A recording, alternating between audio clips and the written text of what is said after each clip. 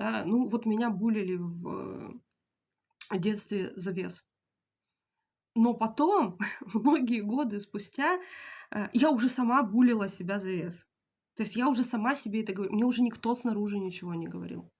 Но я сама уже себе говорила, что я толстая, что со мной что-то не так, что у меня неправильное тело, что его надо изменить, что какое бы оно ни было, я все равно никому не понравлюсь. Да? Если, например, там, нам в детстве говорили, что ты ни на что не способен, то я буду себя ругать за то, что я ни на что не способен.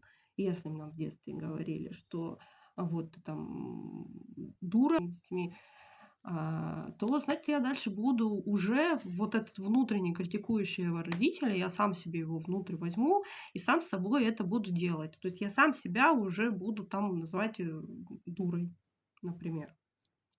Снаружи это уже никто не делает.